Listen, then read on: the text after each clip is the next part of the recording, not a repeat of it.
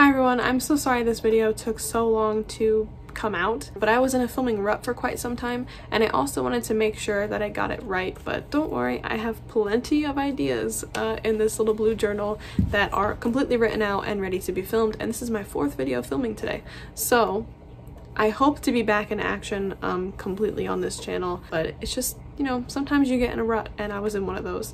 So I want to be very thorough with this. I want to say as a preface before I get into this that I'm not condemning anyone who keeps these morphs, especially if you got them from a situation of adoption or rehoming. These animals that are out there still need good caring homes and specialized care. I do condemn the people who breed them, because I think it's unethical, but only some of them are going to be considered more unethical than others. So some people might see lemon frosts as unethical, but they don't see enigmas as unethical. Some people might see albinos as unethical. So it's really gonna depend on your own personal belief system, and that's okay. I'm just going to list all of the ones that may have a complication due to their specific morph. And if you have one of these and it's completely fine and healthy, that's great, and I'm not trying to say that there's something wrong with your animal. So I really just want this to be informative for people who don't know much about leopard gecko morphs and are like maybe looking to get one, or if they don't know much about morphs and they just want to learn more, so that when they go to an expo and they see these morphs, they can also register, oh, this morph might have this problem, maybe I shouldn't support this breeder, or maybe I should ask the breeder about it. So again, this is not meant to be hateful to anyone or shade or anything like that. This is strictly just informative, and if you have a difference of opinion, that is okay. I think that's as much like a preface as I can add. I just would really rather not be canceled over nothing, so I just want to be very clear that these are just ones that I have found through my experience and through research that may have problems associated with their morph. That said, let's go ahead and get started. We're gonna start off with the enigmas, which I'm sure if you're familiar with my channel, you know I have quite a few enigmas. I have 7 enigmas, and all 7 of them have varying degrees of enigma syndrome. It can be hard to tell what like an enigma looks like because it's been mixed with so many things. The base enigma traits are to have like a purple or really light colored, almost white or sometimes white tail. Like from the base of their tail all the way to the bottom will be this solid color of purple or white or like a really light color. It can often be dotted, like with really small speckles, and then that same purple or white color on the tail can carry onto their body in 1 or 2 patches, typically in the center of the back. And then sometimes you will also see this carried onto their head in like a little crown or a spot. And those areas might also have the like really tiny dotting in it as well. So what you'll notice when you look at an enigma is that they have that really white or light colored tail, and they have really sporadic spotting. Now, because enigmas have been mixed with so many other morphs, it's really hard to tell. So if you're not sure and you're getting a gecko from a breeder, it should say enigma right on the label, and if it doesn't, ask, is this mixed with enigma at all? And if they say no, then it's not. Typically the enigma will reflect price as well. So when something has enigma, usually it's $200 or more just because it's an enigma. Please do not say your gecko is an enigma if you don't know. Enigmas are not sold at pet stores, okay? They are sold by breeders, oftentimes at expos or online. If your gecko was not sold to you as an enigma, then it's not an enigma. Please don't say your gecko is an enigma if it's a derpy hunter, because what you're doing is you're detracting from the seriousness that enigma syndrome is. All geckos have the capability to have a neurological problem if they have head injury, or if they have bad genetics, or if they had an incubation fluctuation. Just because it might have a neurological condition doesn't mean that it's an enigma. Just because it's a derpy hunter, or because it has like death rolling, for example, geckos who death roll or who have like problems with movement, it can also be a nervous issue, or it can be a issue with metabolic bone disease. So please do not just jump to the conclusion that your gecko has enigma syndrome if it is not an enigma. How do you know if your gecko is an enigma? The person you got it from will have told you, okay? If it's from a pet store, it's not an enigma, okay? Okay. Sorry, I got a little heated because the amount of times I've had to address that your gecko, this person's gecko, isn't an enigma is astounding. Part of the problem with educating about enigmas is that suddenly, just because mine don't hunt that well, everyone thinks that a gecko that doesn't hunt well is an enigma. Okay, So, what are the symptoms of Enigma syndrome? Actually, let's start with what Enigma syndrome is. It's a neurological disorder associated with the Enigma morph of leopard gecko. You're not going to have a gecko that has Enigma syndrome if it's not an Enigma. So, typically, Enigmas will have the syndrome, and they all have the capability for the syndrome. Don't let a breeder tell you that there are ES-free lines, because that's, I almost said a curse word. It's baloney. So, it's not factual. This is different from white and yellow syndrome, which we'll get to in a minute, but Enigma syndrome has never had a ES-free line. Eventually, down the line, ES is present. So, don't let a breeder trick you into thinking you can buy an Enigma because it doesn't have Enigma syndrome. While it may not have strong Enigma syndrome, or while it may not have prevalent symptoms then, it doesn't mean that as it gets older it won't. It doesn't mean that if it loses weight or becomes malnourished it won't. It doesn't mean that if it experiences some sort of traumatic event that it won't. ES is pretty much always there, even if it's like super small. A lot of people might not notice the symptoms right away. Like Marcella, for example, her case is so mild that without a trained eye they probably wouldn't even notice anything was wrong with her. But she has mild Enigma syndrome, and the problem with that is that people will say their gecko doesn't have Enigma syndrome and may not take the necessary close eye and care that is needed. I plan to do a whole video separately about Enigma syndrome and everything you need to know about it. I have an outdated series on my channel right now, and I say outdated just because I have more experience than I had then, and also because the videos are bad looking. But I will be putting a lengthy Enigma syndrome video out there, and it is gonna be really in-depth, so keep your eye peeled for that. So as I was saying, Enigma syndrome worsens with breeding, with stress, with weight loss, with malnourishment, with anything like that. If there's gonna be a gecko that has ES in prime condition, that ES is gonna get worse when their condition is less. That makes sense? So what are the symptoms?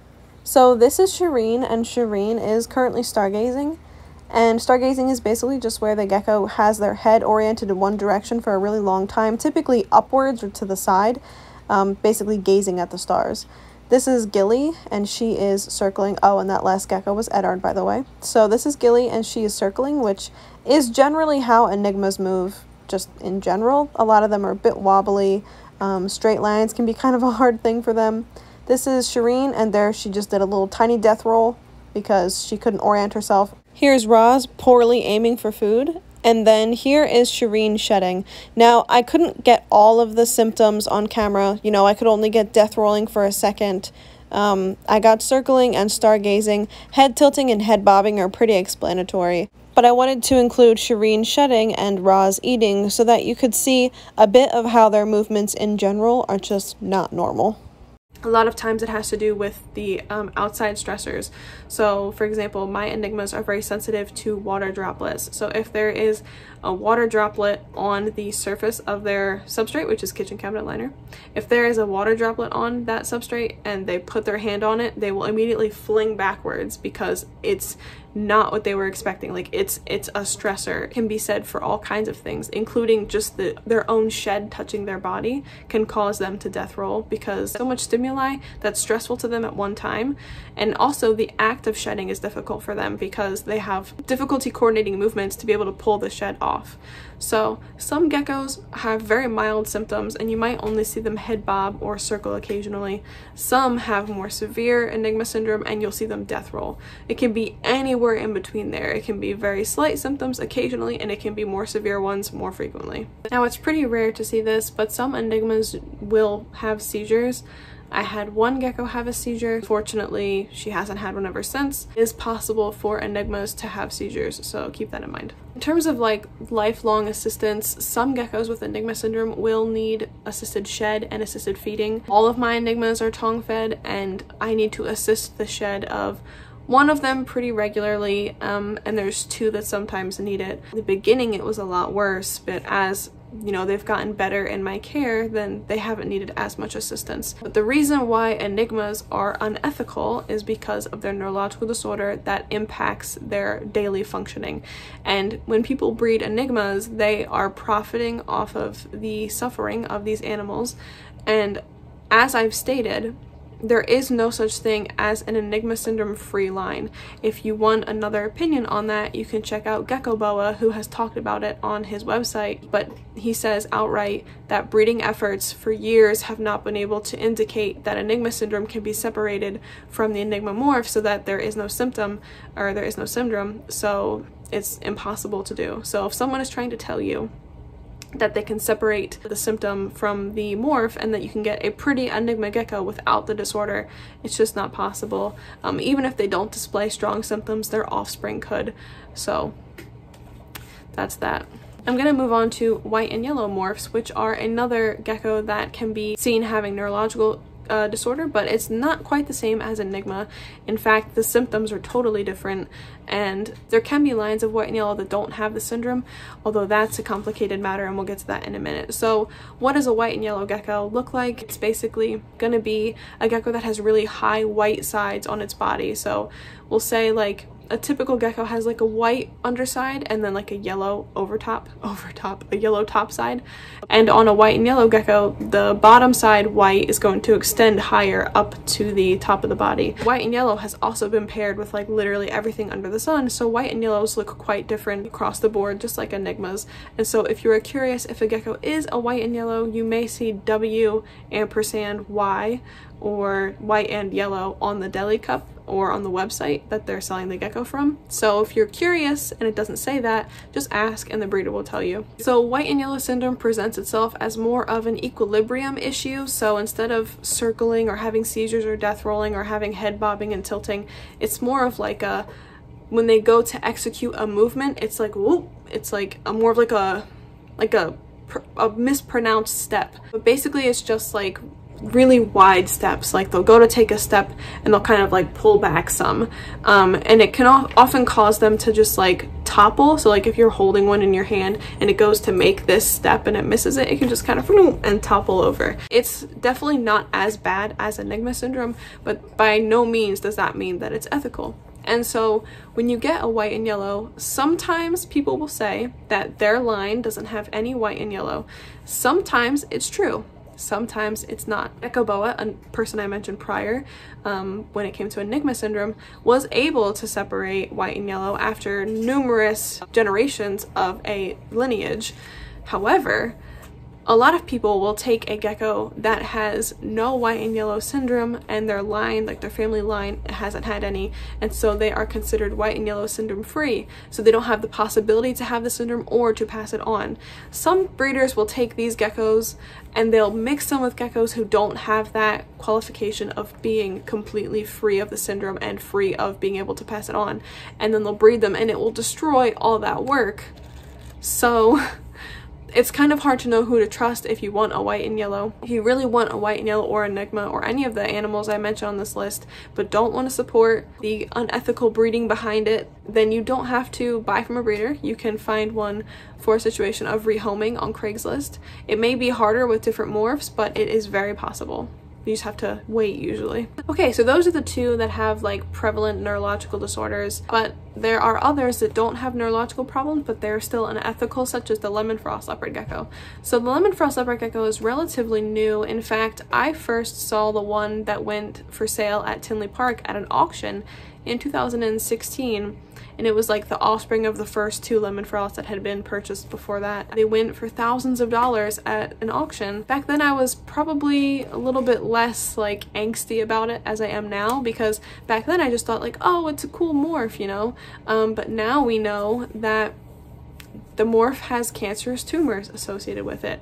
So I have one lemon frost, his name's Viserion, and as I did with the other morphs, I will show Viserion, but please know I only have one example to show. Viserion is a lemon frost. He has a tumor right on the underside of his jaw. In general, lemon frosts typically have more than one tumor. I've been lucky that he's only had the one, but other lemon frosts that I've seen have had multiple. And when this first came about, oh my gosh, was the drama real. So when this first came about, there were a bunch of lemon frosts that were humanely euthanized so that they could be necropsied. The tumors came back as cancerous, and they were associated to the iridophore pigment, I hope I'm pronouncing that right, which is what actually gives the lemon frost its really hyper yellow pigmentation. In fact, they even noticed that lemon frosts who were bred to other like lighter colors, their tumors were worse because that pigment was like, again, like hyper light, so the tumors could get worse. But even geckos that are bred to geckos that have darker like pigmentation didn't stop the tumors from presenting themselves. And in fact, lemon frosts are still being bred by unethical people because ethical breeders will not breed lemon frosts. They breed them and they sell them overseas, and they breed them kind of on the hush hush, and they breed them loud and proud, and they cross them to Enigma and white and yellow.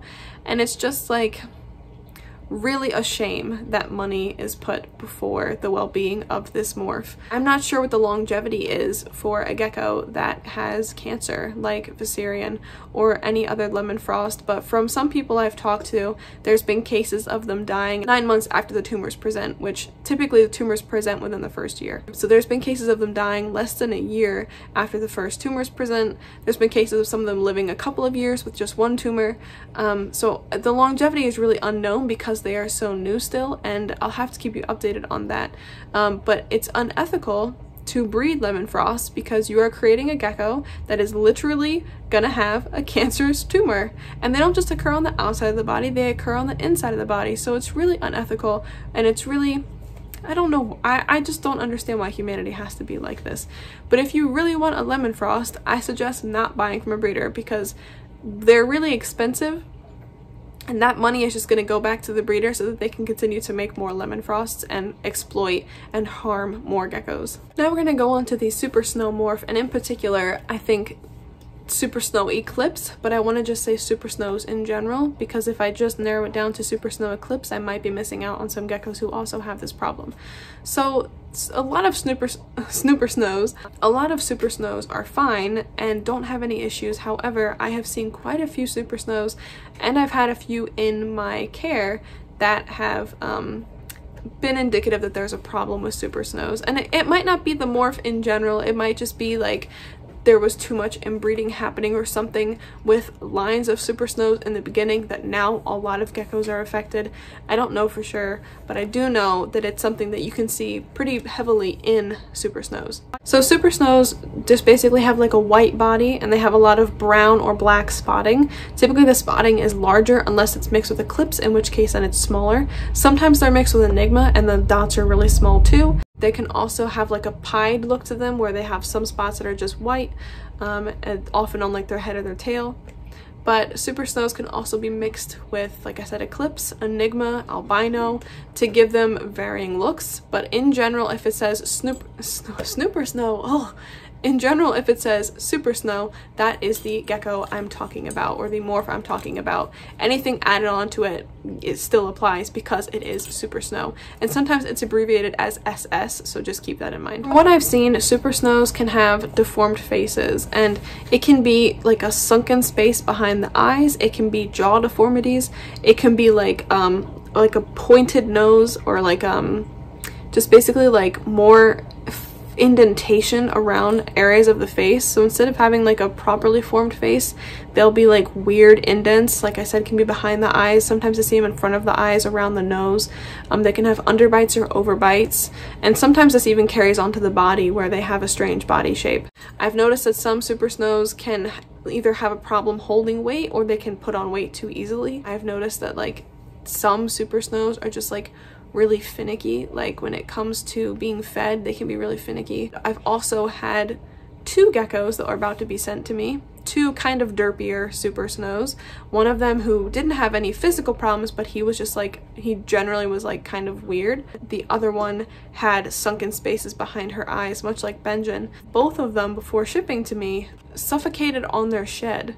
So I find it interesting that it probably could happen to any gecko, but I find it interesting that both were Super Snows that happened, so I figured I'd mention it. Now this one isn't gonna really be seen as problematic compared to the other ones, but I figured I should mention it because if you're going to get a gecko and you want to look out for different things morphs might have, a bad temperament might be one of those. So if you want to get a all-white gecko, which is something I see a lot of people want, which is a Mack Snow Blizzard or a Diablo Blanco, sometimes they can have really bad temperaments, like really unnecessarily bad. I can only speak to the Mack Snow Blizzard side of it because I have a Mack Snow Blizzard. Her name is Liana.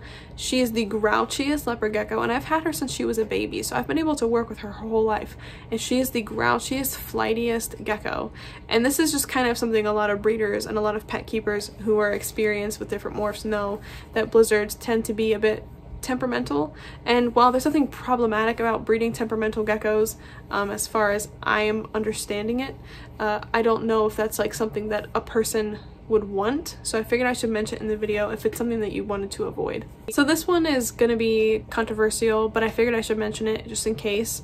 Some people have an issue with albino morphs being bred, and there are 3 strains of albino for leopard geckos. There is bell albino, trimper albino, and rainwater albino. And typically albinos can have vision problems. I've noticed this is especially the case with bell albinos, but if you just want a gecko that, you know, doesn't have problems seeing, I would avoid albinos. I certainly have seen people with albinos and they live fine, happy lives, and my albinos are doing okay, but they are light sensitive, and that's something to keep in mind. So if you don't want a gecko that's light sensitive, you might want to avoid albinos. Last but not least, I want to include giants on this list because not that there's anything wrong with giants inherently, there's something wrong with the way people portray giants, and that's what I want to cover. So giants and super giants are leopard geckos that were bred for their size. However, many people sell giants and super giants, or they sell regular size leopard geckos really overweight to give them the look of being giant. A giant leopard gecko will have a wider head, a longer body. They will be structurally larger. They won't just be fat. Okay, and even people who have super giants and giants will make them really overweight to give them that, hey, this one's 150 grams, hey, like you're killing your animal by making it obese. There's really no reason to do that. So just be aware if you want a giant or a super giant that a lot of times people will sell regular non-giant leopard geckos that are really obese as a giant, and they'll sell super giants and giants that are actually giants, but they'll sell them obese because they have a bigger scale number. It's really not necessary. I've also noticed that with larger giants, which I have a male and he's a giant, they may have reproductive health problems. I'm not sure why that is. I have known 3 giants, 2 from friends of mine, then 1 that is mine, to have reproductive health problems, in particular sperm plugs, from being a giant. So I just figured that I would mention that's something to keep your eye out for. But yeah, don't support someone who has super obese reptiles just because they want that like higher scale number. A giant speaks for itself. A giant leopard gecko, you can tell right from looking at them that they're giant because their head is like huge, their body is long. Like if you want a giant leopard gecko, you don't need to have an overweight one just to achieve that. And that is all of the problematic morphs that I have come across. If you think I missed one, please leave it down below. And also please keep in mind, this is not targeting anyone. This is not trying to be rude to anyone. This is not singling out anyone.